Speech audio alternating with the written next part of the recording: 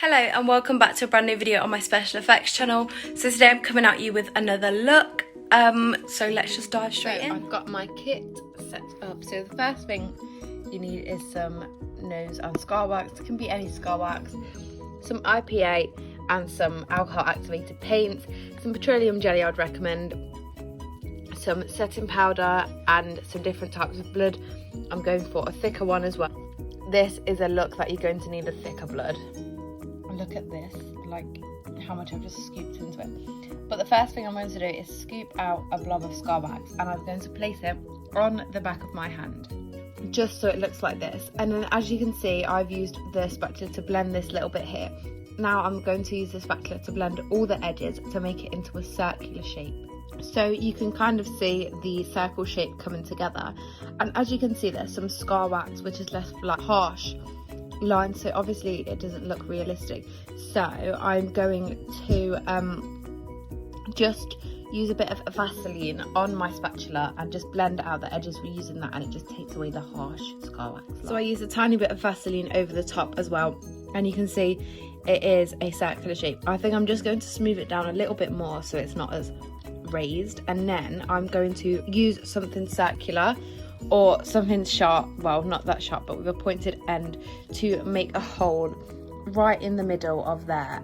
So it should now look a little something like this. Again, you can see it's very raised because of the way you've popped in the hole in the middle. So I'm going to again smooth down the edges and blend the scar wax into my skin a little bit nicer. So here's how it's looking now. You can see it's not that raised and it's blended nicely into my skin.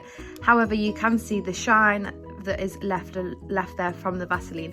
So I'm now going to use a neutral set, a colourless powder, to mattify this wound. It looks like this. It's obviously very plain and you're obviously going to need to add some colour to it.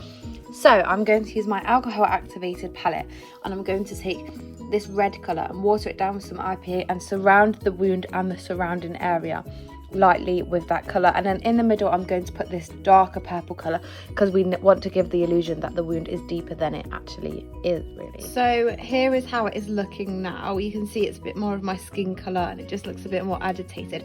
So I'm now going to take my thicker blood, which is the Graftobian blood paste, and then I'm going to take a little bit of darker blood and pop it into the actual hole. So now you can see it's got the blood in the middle. So the last thing that I'm going to do is take my stipple sponge and a thinner blood, and I'm just going to stipple it all around the wound. Blood than this if you wanted to. I just didn't want to overdo it and I wanted to give it that sort of real look. But here it is, the finished result, a nice up close. The middle bit just looks disgusting.